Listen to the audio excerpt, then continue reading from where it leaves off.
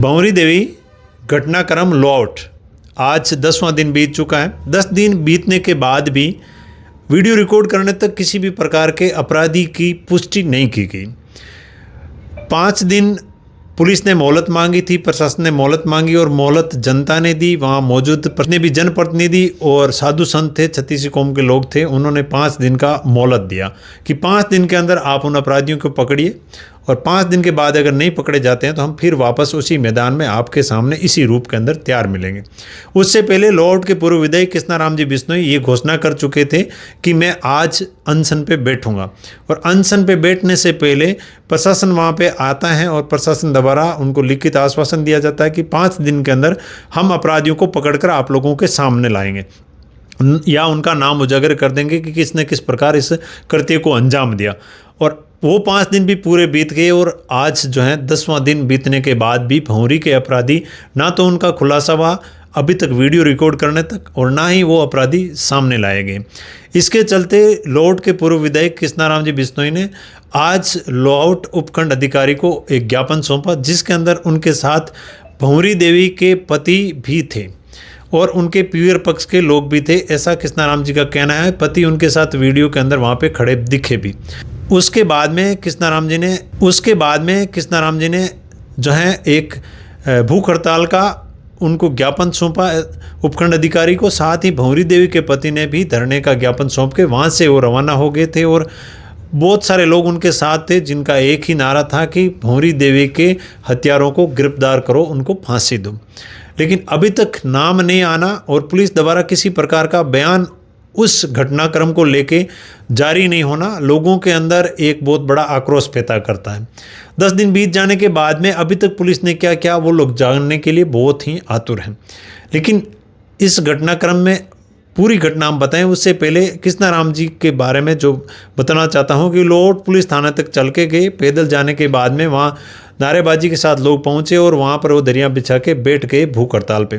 अभी तक इनके साथ में 30 लोगों के नाम जो है भूख हड़ताल पे बैठने वालों के दर्ज हुए हैं। उन लोगों को इंडिकेट करने के लिए सभी को एक एक माला पहना दी गई कि जो जो लोग यहाँ पे भूख हड़ताल पे बैठे हैं उनका इंडिकेशन ये है कि जो माला पहन के बैठे हैं वो सभी लोग भूख हड़ताल पे हैं। ये सब होने के तक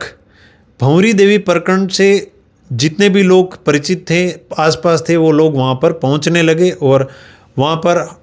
उनको आनन फानन के अंदर टेंट लगाना पड़ा क्योंकि लोगों की एक बहुत बड़ी मांग है कि इस क्षेत्र में जो अपराध जिस प्रकार दिन प्रतिदिन होते जा रहे हैं और इस अपराधों की परतें नहीं खुल रही हैं उसका आखिर राज क्या है। और इसी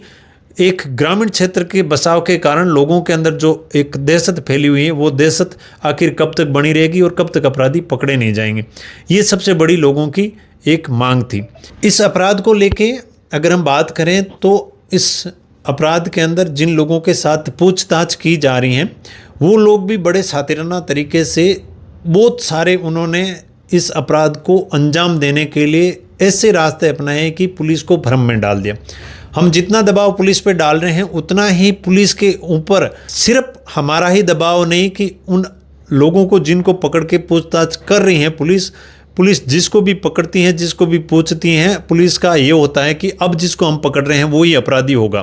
लेकिन जब उसको सामने लाया जाता है और उसके बारे में कहने और उस अपराधी को आमने सामने बिठाया जाता है तो कई तरह के ऐसे सवाल भी खड़े हो जाते हैं कि वो जिसने उसका नाम बताया वही कह देता है कि ये कौन है, मैं इसे जानता ही नहीं। ऐसे कई चीज़ें हैं, ये हम आपको एक उदाहरण बता रहे हैं कि ऐसा अमूमन होता है। लेकिन ऐसी कई वजह हैं जिनके चलते पुलिस अपराधी को पकड़ती तो है, लाती तो हैं, लेकिन जब अपराधी और अपराध करवाने के लिए राह बनने वाले लोगों को आमने सामने किया जाता है तो कई ऐसी अड़चनें खड़ी हो जाती हैं जो ये बताती हैं कि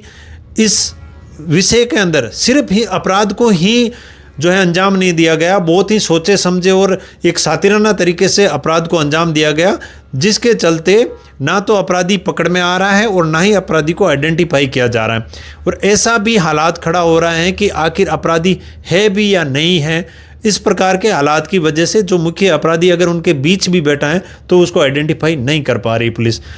हो सके पुलिस को जो है सख्ताई बरतनी पड़े, रिमांड बढ़ाने पड़े या अभी तक अपराधी पुलिस की पकड़ से जो मुख्य अपराधी वो दूर है या अपराधियों की लंबी लिस्ट है ऐसा कोई कारण है जिसकी वजह से पुलिस इस पूरे घटनाक्रम को लेके बहुत ही जो है संशय में पड़ी हुई है। इस प्रकार के कुछ गुप्त सूत्रों से हमें जानकारी मिली, लेकिन ऐसा भी नहीं हो सकता कि पुलिस किसी तक पहुंची ही नहीं या अभी तक कोई एक भी अपराधी जो है इस घटनाक्रम से जुड़ा हुआ पुलिस के हाथे नहीं लगा हो। अगर कुछ हाथे लगा है तो पुलिस को हो सके आज रात या कल दिन तक पुलिस कुछ न कुछ जो है वहाँ भूख हड़ताल पे बैठे हुए लोगों के सामने या मीडिया के सामने आके या प्रेस नोट के माध्यम से कुछ न कुछ अपडेट आज जारी कर सकती हैं। वीडियो रिकॉर्ड होने तक अभी तक इस प्रकार का कोई जो है औपचारिक या आधिकारिक बयान बाहर नहीं आया, लेकिन कुछ न कुछ ऐसी वजह तो जरूर होगी जो पुलिस को या तो गुमराह कर रही होगी या पुलिस के द्वारा जो प्रयास किए जा रहे हैं उसको इतना बढ़ा दिया गया है। जिस प्रकार के पूर्व के अंदर बहुत सारी बातें आई थी, फ़ोन कॉल और बहुत सारे लोगों से बात होने की जो बात आई थी, कहीं ना कहीं इस अपराध की एक पेचीदा कड़ी पैदा करने के लिए भी इस प्रकार के फ़ोन कॉल और इस प्रकार के वार्तालाप हो सकते हैं लोगों के साथ, जिससे पुलिस गुमराह हो जाए। ऐसे भी कृत्य किए जा सकते हैं। जिस हिसाब के इस अपराध को लेकर और इस अपराध से जिन लोगों से जुड़ी हुई पूछताछें चल रही वो कहीं ना कहीं इस और एक इशारा कर रही हैं कि इस घटना से जुड़ा हुआ अपराधी बहुत शातिर हैं और उसने बहुत ही शातिराना तरीके से इस अपराध को अंजाम दिया था, जिसी के चलते पुलिस अभी तक किसी भी सबूत तक नहीं पहुंच रही। वहीं दूसरी तरफ अगर हम देखते हैं तो जनता के अंदर बहुत सारी अफवाहें, बहुत सारे ऑडियो कॉल्स, बहुत सारे ऑडियो रिकॉर्डिंग्स जो वायरल हो रही है वो ना सिर्फ लोगों के विचार को विचलित कर रही है बल्कि लोगों का भरोसा भी उठा देती हैं इस जांच प्रक्रिया के ऊपर कि हो ना हो कोई ऐसा हाथ हो जिन लोगों को बचाने का प्रयास किया जा रहा है। लेकिन अगर हम इस बात का गहराई तक जाएं या हम इन जांचकर्ताओं से संपर्क में आए या जांचकर्ता हमें कुछ बड़ा आउटपुट जनता के बीच में पब्लिकली आके दें तो लोगों को कुछ विश्वास होगा, क्योंकि अमूमन ऐसा देखा जाता है कि इस प्रकार के घटनाक्रमों में जितना समय बढ़ता जाता है तो लोगों का शक भी बढ़ता जाता है उसके साथ साथ। लेकिन इस प्रकार के अपराध को घटित करने वाले लोग बहुत ही शातिर होते हैं। ये कहना मुश्किल होगा कि अपराधी सीधा किस कड़ी से जुड़ा हुआ होगा या कौन होगा, वो बहुत मुश्किल हो जाता है जब बहुत सारे लोग इस कड़ी में एक साथ किसी 1, 2, 3 फ़ोन कॉलों से बार बार कनेक्ट हो रहे हो और उन लोगों से कुछ ज़्यादा ही सबूत बार बार मिल रहे हो तो पुलिस कभी इस पे विश्वास करती है, कभी उस पे शक करती है। इस प्रकार के संशय पैदा होते हैं और इस प्रकार के संशय के अंदर समय लगता है और समय और धैर्य कई बार ऐसा होता है कि उसमें अपराधी बच जाता है और निर्दोषी फंस जाता है। पुलिस का ये भी ध्यान रहता है कि इस प्रकार का कई घटनाक्रम इस घटनाक्रम के अंदर भी नहीं हो जाए कि अपराधी बच जाए और निर्दोषी फंस जाए। ये एंगल भी देख के पुलिस आगे बढ़ती है और पुलिस भी उतना ही सख्ताई बरत सकती है जितना उनके कानून और दायरे के अंदर आता है। उसी के चलते कहीं ना कहीं अपराधी तक पहुंचना या अपराधी का खुलासा करना पुलिस के लिए मुश्किल ये तो कड़ी बन ही रही है, लेकिन इसके अलावा भी बार बार गुमराह करना, बार बार अपराधी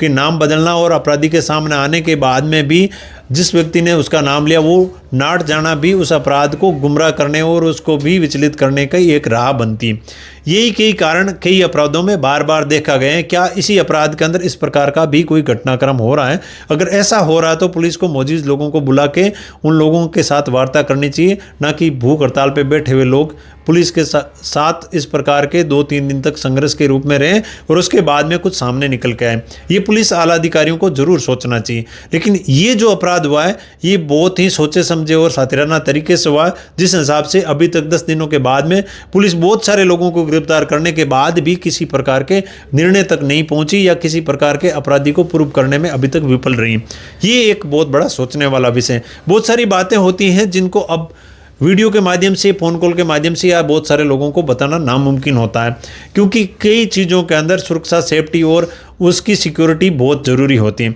उसी के चलते आप जो फ़ोन नंबर हमने पब्लिकली आप लोगों को दिए हुए हैं वो सिर्फ आप लोगों से किसी प्रकार के किसी न्यूज़ की इनपुट लेने के लिए दिए हुए हैं, ना कि इस प्रकार की घटनाओं के बारे में जानकारी लेने के लिए सीधा फ़ोन कॉल। इस प्रकार की घटनाओं की जानकारी जो भी होगी हम आपको वीडियो के माध्यम से उपलब्ध करा देंगे, लेकिन हमें फिर भी मेरा हमेशा कहना होता है कि धैर्य रखना चाहिए और हमें एक संयम बरतना चाहिए। संयम जो है वो कहीं ना कहीं हमें एक अपराधियों तक पहुँचाने और अपराधियों के बारे में जानने के लिए बहुत ज़रूरी है। लेकिन हमें सोना भी नहीं चाहिए और सुस्त होके और बेखौफ होके ये भी नहीं जान लेना चाहिए कि अपने आप जो है ये राज खुल जाएंगे। दोनों विषयों को साथ लेके जब तक हम चलेंगे तभी अपराधी तक जो है मुख्य अपराधी और सारे अपराधियों के बीच की कड़ी है वो जोड़ने के अंदर पुलिस भी सख्ताई बरतेगी और अपने समय को जो है जो ढील है उसको नहीं बरतें और तत्परता के साथ कार्रवाई करेंगे। ये हमारे देश का आजकल का एक कल्चर बन चुका है। हम कभी भी एक विश्वास करके नहीं बैठ सकते, उसी के चलते लोग जो है बार बार धरना प्रदर्शन और लोगों का एक शक जो है वो गहराता है। और ऐसा ही इसी केस के अंदर हो रहा है जैसा हम पूर्व में कई केसों में देखते हैं। अब देखने वाली बात है कि अगले 24 घंटों के अंदर पुलिस किस प्रकार का रवैया अपनाती है या अपनी कोई न कोई प्रेस वार्ता करके इस घटनाक्रम से जुड़ी हुई बात हमारे बीच में और जनता के बीच में ला सकती हैं, या फिर जनता को जो है लौट पुलिस थाने के सामने भूख हड़ताल पे बैठे हुए जो हैं दर्जनों लोग वो भूख हड़ताल पे रहेंगे या उनकी भूख हड़ताल तोड़ने का कुछ न कुछ पुलिस जो है एक बयान जारी कर देगी। आप लोगों का इस घटनाक्रम को लेके क्या कहना है? आखिर कौन वो अपराधी हो सकते हैं जिन्होंने इस अपराध को अंजाम दिया और जिन्होंने इस अपराध को अंजाम देने के लिए किसी को जो है बाध्य किया? ये एक बहुत बड़ा आप लोगों को भी अपनी विवेक और अपनी सोच के अनुसार लिखना चाहिए ताकि पुलिस के लिए भी आप मार्गदर्शक बन सकते हैं। मैं आपका फौजी भाई फिर हाजिर हूँगा और लगातार हम इस घटनाक्रम को लेकर आप लोगों को अपडेट दे रहे हैं और जो भी अपडेट हमारे पास होगा हम फिर हाजिर होंगे। तब तक के लिए जय हिंद, जय भारत, नमस्कार।